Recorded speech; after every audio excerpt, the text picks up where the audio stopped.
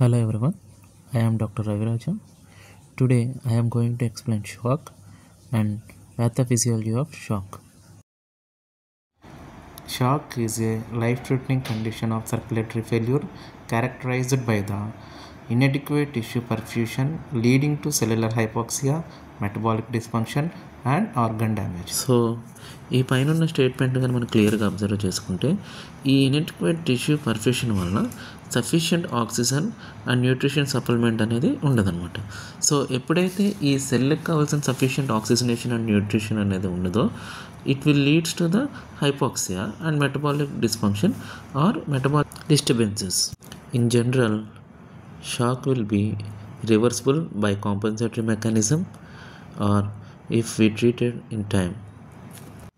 Sometimes shock will be irreversible, which leads to the organ damage or multi-organ damage. Now we will look in detail pathophysiology of shock.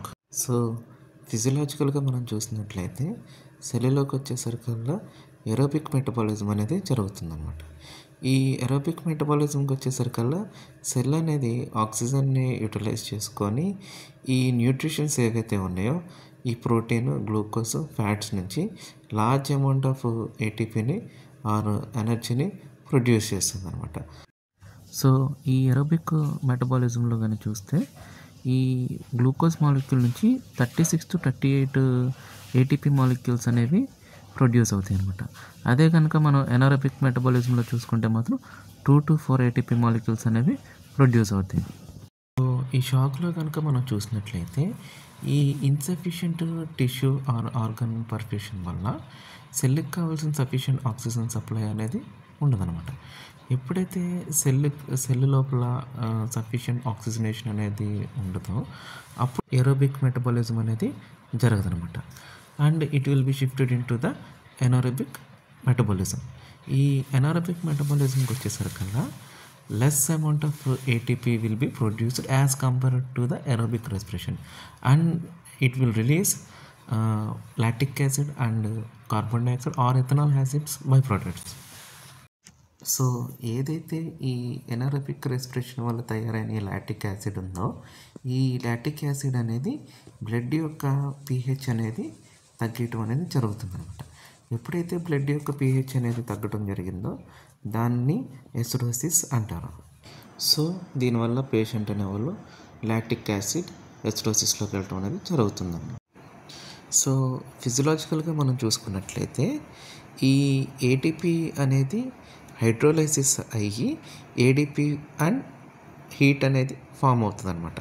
So ఎప్పుడైతే ఈ ఎనారోబిక్ metabolism వలన ATP production అనేది జరగదనమాట. So ఈ ATP production జరగలేదు అంటే మాత్రం మనకు అక్కడ ఈ ఏడిపి ఫామ్ అవటం కానీ ఈ హీట్ ఫామ్ అవటం కానీ జరగదనమాట.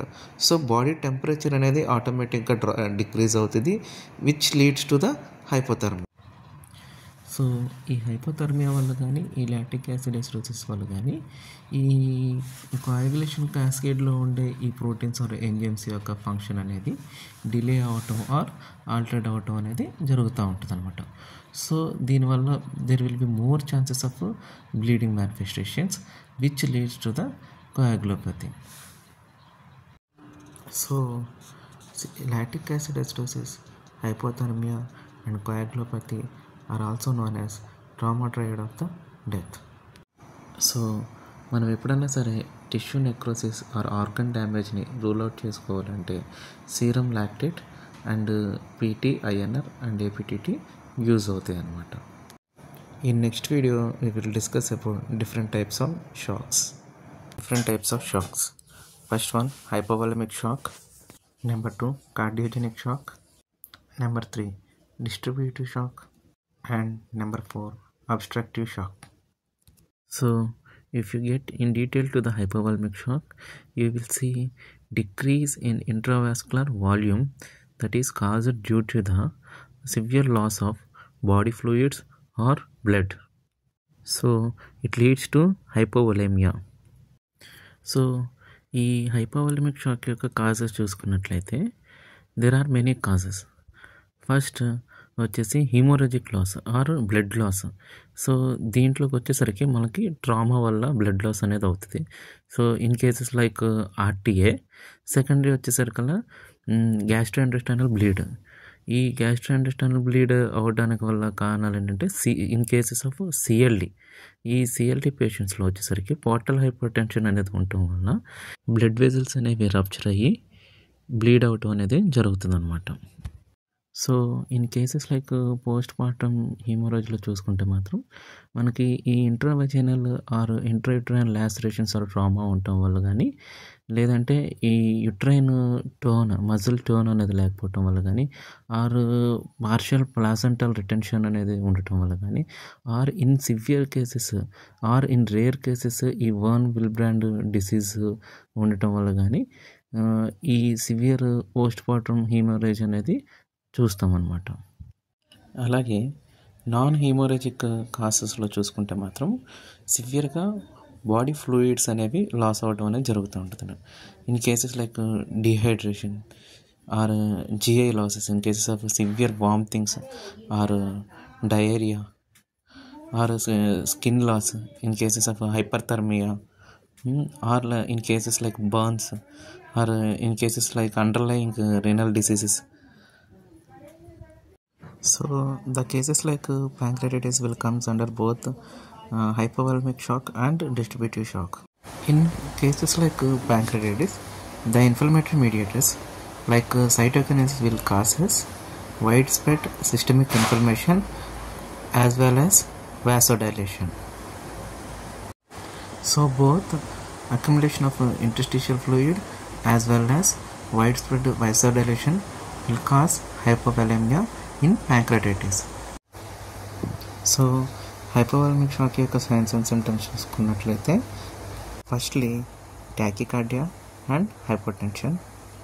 So when there is a volume loss, the body itself compensate by activating sympathetic nervous system in which it releases catecholamines like adrenaline, noradrenaline and dopamine, which are fight and flight hormones that causes widespread vasoconstriction and increase in heart rate.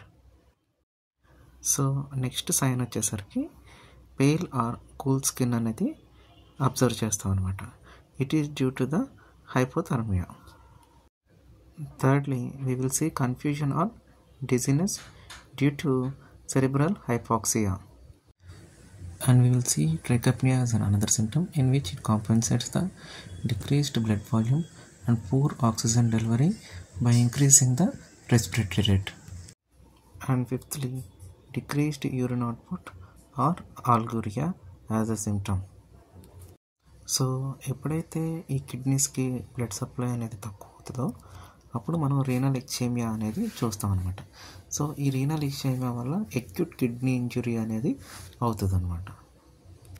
And it also causes decrease in glomerular filtration rate which leads to oliguria. So hypovolemic shock యొక్క management కానీ మనం చూసుకున్నట్లయితే first ప్రైమరీగా we should administer O2 support to the patient or in severe cases the mechanical ventilation should be done. And simultaneously the fluid resuscitation should be done in cases of severe fluid loss, or blood transfusion should be done in case of blood loss. If there is any active bleeding externally, we should apply pressure on it primarily, or we should go for immediate surgery if there is any active internal bleeding by ruptured major blood vessels. In supportive care, primarily we should administer O2 support to the patient to treat hypoxia, and should keep patient warm to treat hypothermia, and we should keep feet elevated to supply efficient circulation to brain, and simultaneously by treating the cause. Thank you everyone. In next video we will discuss about cardiogenic shock. Cardiogenic shock is an emergency life-threatening medical condition where heart unable to pump enough blood to meet body needs, which leading to decreased cardiac output, tissue hypoperfusion, hypoxia, and finally shock. Now we will discuss about etiology of cardiogenic shock. So cardiogenic shock యొక్క causes కనుక చూసుకున్నట్లయితే first one వచ్చేసరికి myocardial infection. ఈ myocardial ఇన్ఫెక్షన్లో ఈ హార్ట్కి supply చేసే ఈ coronary artery కానీ ఆర్ ఈ కొరనరీ ఆర్టరీ యొక్క బ్రాంచెస్లో కానీ acute blood clot are fat plaques అనేవి అబ్స్ట్రక్షన్ అవటం వల్ల హార్ట్ మజిల్ టిష్యూకి కావాల్సిన సఫిషియంట్ ఆక్సిజనేటెడ్ బ్లడ్ సప్లై అనేది ఉండదన్నమాట. సో దీనివల్ల ఏమవుతుందంటే ఈ హార్ట్ మజిల్ అనేది ఆక్సిజనేషన్ లేకపోయేసరికి ఇంజ్యూర్ అవటం కానీ ఏడే డెత్ అవటం కానీ జరుగుతుంది అనమాట. So it will leads to the impaired heart function which leads to decreased cardiac output. This decreased cardiac output may leads to decreased tissue hypoperfusion, hypoxia and finally shock. So cardiogenic shock యొక్క second cause చూసుకున్నట్లయితే valvular diseases. ఈ valvular డిసీజెస్కి వచ్చేసరికల్లా aortic or mitral valve stenosis or aortic or mitral wall రీగర్గిటేషన్ అనేది చూసుకుంటూ ఉంటాం అనమాట. ఈ అయోటిక్ ఆర్ మిట్రల్ వాల్ స్టీనోసిస్కి వచ్చేసరికల్లా ఈ వాల్స్ అనేవి నేరో అయిపోయి థిక్ అయిపోయి ఉంటాయి అనమాట. సో ఎప్పుడైతే ఈ వాల్స్ అనేవి నేరో అయిపోయి థిక్ అయిపోయి ఉంటుందో ఫార్వర్డ్ ఫ్లో ఆఫ్ బ్లడ్ అనేది ఉండదు. Like from left atrium to left ventricular or left ventricular to aorta ఈ ఫార్వర్డ్ బ్లడ్ ఫ్లో అనేది జరగదనమాట. అదే కనుక మనకు అయోటిక్ ఆర్ మిట్రల్ వాల్వ్ రీగర్గిటేషన్లో చూసుకుంటే మాత్రం ఈ హార్ట్ వాల్స్ అనేవి ప్రాపర్గా క్లోజర్ అనేది అవ్వదన్నమాట. సో ఎప్పుడైతే ఈ వాల్స్ అనేవి ప్రాపర్గా క్లోజ్ అవ్వట్లేదో ఇక్కడ ఏమవుతాం లెఫ్ట్ ఏట్రియం నుంచి లెఫ్ట్ వెంట్రికులర్ నుంచి అయోటాక్లకి వెళ్ళాల్సిన ఫార్వర్డ్ బ్లడ్ ఫ్లో అనేది ఈ వాల్వ్స్ అనేవి ప్రాపర్గా క్లోజ్ అవ్వకపోవటం వల్ల backward shunting of the blood అనేది జరుగుతూ ఉంటుంది. లైక్ అయోటా నుంచి మళ్ళీ వెంట్రికులర్లోకి వచ్చి ఫిల్ అవటం కానీ లేదా వెంట్రికులర్ కాంట్రాక్షన్ అయినప్పుడు ఈ మిట్రల్ వాల్ ప్రాపర్గా క్లోజ్ అవ్వకపోవటం వల్ల మళ్ళీ ఈ లెఫ్ట్ ఏట్రియం అనేది మళ్ళీ ఫిల్ అవటం అనేది జరుగుతూ ఉంటుంది అనమాట. సో థర్డ్ కాజ్ వచ్చేసరికల్లా కార్డియోమయోపతి ఆర్ మయోకార్డైటిస్. ఈ కార్డియోమయోపతికి వచ్చేసరికి మళ్ళీ 3 types: hypertrophic cardiomyopathy, dilated cardiomyopathy and restricted cardiomyopathy. So first one hypertrophic కార్డియోమయోపతిలో చూసుకుంటే మాత్రం హార్ట్ యొక్క మజిల్ ఫైబర్స్ కానీ హార్ట్ యొక్క మజిల్ టిష్యూ కానీ బాగా థిక్ అయిపోయి ఉంటాయి అన్నమాట. ఆర్ సెకండ్ వన్ వచ్చేసరికి డైలేటెడ్ కార్డియోమయోపతిలో చూసుకుంటే మాత్రం హార్ట్ యొక్క మజిల్ ఫైబర్స్ కానీ మజిల్ టిష్యూస్ కానీ బాగా థిన్ అయిపోయి స్ట్రెచ్ అయిపోయి ఉంటాయి అనమాట. సో ఈ రెండిట్ల వల్ల ఏమవుతుందంటే హార్ట్ యొక్క మజిల్ కాంట్రాక్ట్ అనేది తగ్గిపోతుంది అనమాట. అదే థర్డ్ వన్ రిస్ట్రిక్టివ్ కార్డియోమయోపతికి వచ్చేసరికల్లా హార్ట్ మజిల్స్ అనేవి బాగా స్టిఫ్ అయిపోయి ఉంటాయి అనమాట. సో దీనివల్ల ఏంటంటే రిలాక్సేషన్ అనేది జరగదనమాట. సో ఈ 3 కాజెస్ వల్ల ఈ hypertrophic cardiomyopathy, dilated cardiomyopathy or restrictive కార్డియోమయోపతికి వచ్చేసరికల్లా హార్ట్ యొక్క కాంట్రాక్షన్ అండ్ రిలాక్సేషన్ అనేది ప్రాపర్గా ఎప్పుడైతే జరగదో వీటి వల్ల ఏంటంటే సఫిషియంట్ కార్డియాక్ అవుట్పుట్ అనేది ఉండదన్నమాట. సో ఎప్పుడైతే ఈ సఫిషియంట్ కార్డియాక్ అవుట్పుట్ అనేది చూడమో ఆటోమేటిక్గా డిస్టెంట్ ఆర్గన్ యొక్క tissue hypoperfusion, hypoxia and finally షాక్ని చూస్తూ ఉంటాం అనమాట. అదే ఫోర్త్ వన్ చూసుకున్నట్లయితే అర్థీమియాస్కి వచ్చేసరికల్లా మెయిన్లీ బ్రాడీ అర్థీమియాస్ ఆర్ ట్రాకీ అర్థీమియాస్ అనేవి చూస్తూ ఉంటాం అనమాట. ఈ like ventricular tachycardia or ventricular fibrillations or atrial fibrillations అనేవి చూస్తూ ఉంటాం. ఈ అర్థీమియాస్కి వచ్చేసరికల్లా ఏమవుతూ ఉంటుందంటే హార్ట్ రేట్ అనేది బాగా ర్యాపిడ్ ఆర్ ఫాస్ట్గా ఉంటుంది లేదా బ్రాడీకార్డియా వెరీ స్లోగా ఉంటుంది అనమాట. ఎప్పుడైతే ఈ ఫాస్ట్ హార్ట్ రేట్ అనేది మనం చూస్తామో ఈ హార్ట్ రేట్ అనేది ఫాస్ట్గా ఉన్నప్పుడు మనకి proper sufficient filling of heart chambers అనేవి ఉండదన్నమాట. సో దీనివల్ల ఏంటంటే సఫిషియంట్ కార్డియాక్ అవుట్పుట్ అనేది ఉండదన్నమాట which leads to shock. So fifth cause చూసుకున్నట్లయితే స్ట్రక్చరల్ అబ్నార్మాలిటీస్. ఈ స్ట్రక్చరల్ అబ్నార్మాలిటీస్కి వచ్చేసరికల్లా మనం జనరల్గా చూసుకుని atrial septal defects or ventricular septal defects అనేవి. ఈ ఏట్రియల్ ఆర్ వెంట్రికులర్ సెప్టల్ డిఫెక్ట్స్కి వచ్చేసరికల్లా లెఫ్ట్ ఏట్రియం ఆర్ లెఫ్ట్ వెంట్రికులర్లో ఉన్న ఆక్సిజనేటెడ్ బ్లడ్ అనేది ఈ రైట్ ఏట్రియంలో ఉన్న ఆర్ రైట్ వెంట్రికులర్లో ఉన్న డిఆక్సిజనేటెడ్ బ్లడ్తో మిక్స్ అయిపోతూ ఉంటుంది అనమాట. సో ఇక్కడ ఎప్పుడైతే ఈ ఆక్సిజనేటెడ్ బ్లడ్ అనేది డిఆక్సిజనేటెడ్ బ్లడ్తో మిక్స్ అవుతుందో ఈ డిస్టెంట్ ఆర్గన్ ఆర్ రిమైనింగ్ బాడీకి కావాల్సిన సఫిషియంట్ ఆక్సిజనేటెడ్ బ్లడ్ అనేది అవైలబిలిటీ ఉండదన్నమాట. So it will leads to tissue hypoperfusion, hypoxia and finally shock. So 6th cause చూసుకున్నట్లయితే పెరికార్డియల్ టెంపోనెడ్. ఈ పెరికార్డియల్ టెంపోనెడ్కి వచ్చేసరికల్లా హార్ట్ని కవర్ చేస్తూ ఉండే ఈ పెరికార్డియల్ శాక్ ఏదైతే ఉందో ఈ పెరికార్డియల్ శాక్ నిండా ఫ్లూయిడ్ అనేది అక్యుములేట్ అయిపోయి ఉంటుంది అనమాట. సో ఈ అక్యుములేట్ అయిపోవటం వల్ల ఫ్లూయిడ్ అనేది ఈ హార్ట్ మీద ప్రెషర్ అనేది బిల్డప్ అవుతూ ఉంటుంది. సో ఎప్పుడైతే ఈ హార్ట్ మీద ప్రెషర్ అనేది బిల్డప్ అవుతూ ఉంటుందో హార్ట్ యొక్క ఛాంబర్స్ అనేవి సఫిషియెంట్గా fill అవ్వన్నమాట, which leading to the decreased cardiac output that finally leads to cardiogenic shock. So 8th cause చూసుకున్నట్లయితే కార్డియోటాక్సిక్ డ్రగ్స్. ఈ కార్డియోటాక్సిక్ డ్రగ్స్కి వచ్చేసరికల్లా కీమోథెరపీ డ్రగ్స్ కానీ లేదంటే beta blockers or calcium channel blockers అనేవి వస్తాయి అన్నమాట. అదే 9th కాజ్ చూసుకున్నట్లయితే సివియర్ హైపర్ టెన్షన్. ఈ సివియర్ హైపర్ టెన్షన్ అనేది కార్డియోజెనిక్ షాక్కి లీడ్ చేయదు, కానీ కొన్నిసార్లు మాత్రం ఈ హైపర్ టెన్షన్ అనేది సివియర్గా ఉండటం వల్ల ఏమవుతుందంటే హార్ట్ మీద ప్రెషర్ అనేది బిల్డప్ అవుతూ ఉంటుంది. సో దీనివల్ల ఏంటంటే హార్ట్ ఫెయిల్యూర్ అయ్యే ఛాన్సెస్ అనేవి ఉంటాయి అన్నమాట. Or in some cases like infective endocarditis or pericarditis also may lead to the shock. Now we will see signs and symptoms of cardiogenic shock.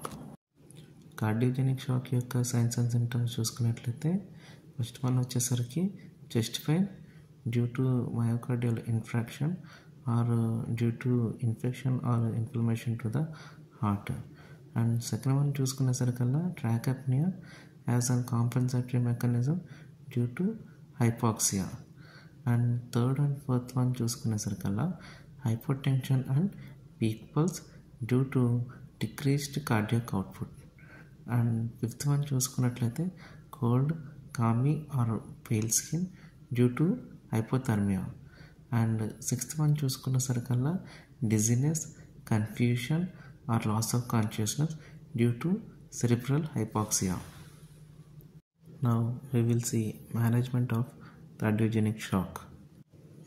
Cardiogenic shock యొక్క management చూసుకున్నట్లయితే ప్రైమరీగా వచ్చేసరికి oxygen therapy or mechanical ventilation if needed and giving supportive medications like vasopressors, inotropes or antiplatelets are blood thinners. And procedures like angioplasty followed by PTCA stenting, and second one is intra-aortic balloon pump, and third one is ECMO procedure and surgeries like CABG, aortic valve or mitral valve replacement in cases of aortic or mitral valve regurgitation or stenosis, and AHD closure in cases of intra-atrial septal defects. In next video we will see about distributive or vasodilatory shock. వచ్చేసరికి distributive shock. ఈ distributive షాక్ను కూడా వాసోడైలేటరీ shock అని చెప్పేసి కూడా అంటారనమాట. ఈ shock వచ్చేసరికల్లా బాడీలో ఉండే స్మాలెస్ట్ బ్లడ్ వెసల్స్లో నార్మల్ బ్లడ్ ఫ్లో అనేది ఎప్పుడైతే డిస్టర్బ్ అవటం జరుగుతుందో అప్పుడు బాడీకి కావాల్సిన sufficient oxygenated blood or nutritions అనే సప్లై అనేది ఉండదన్నమాట. So decreased blood supply to the tissues will lead to the decreased tissue hypoperfusion, hypoxia and finally shock. ఈ డిస్ట్రిబ్యూటివ్ షాక్లోకి వచ్చేసరికల్లా 3 టైప్స్ ఉంటాయి. ఫస్ట్ వన్ వచ్చేసరికి సెప్టిక్ షాక్, సెకండ్ వన్ వచ్చేసరికి anaphylactic shock and third one వచ్చేసరికి neurogenic shock. So first one septic shock చూసుకున్నట్లయితే కనుక ఈ infectious causing agents like bacteria or virus or parasites or fungal infections ఎప్పుడైతే మన బ్లడ్లోకి కానీ బాడీలోకి కానీ ఎంటర్ అవుతాయో, ఈ ఎంటర్ అయిన ఈ ఇన్ఫెక్షియస్ కాజింగ్ ఏజెంట్స్ ఏం చేస్తాయి అని అంటే మన ఇమ్యూన్ సిస్టమ్ని ట్రిగర్ చేస్తుంది అనమాట. సో ఈ ట్రిగర్ అయిన ఈ ఇమ్యూన్ సిస్టమ్ ఏం చేస్తుంది అంటే the flood of inflammatory mediators like cytokinins అన్నింటినీ బ్లడ్ స్ట్రీమ్లోకి రిలీజ్ చేయడం అనేది జరుగుతుంది అనమాట.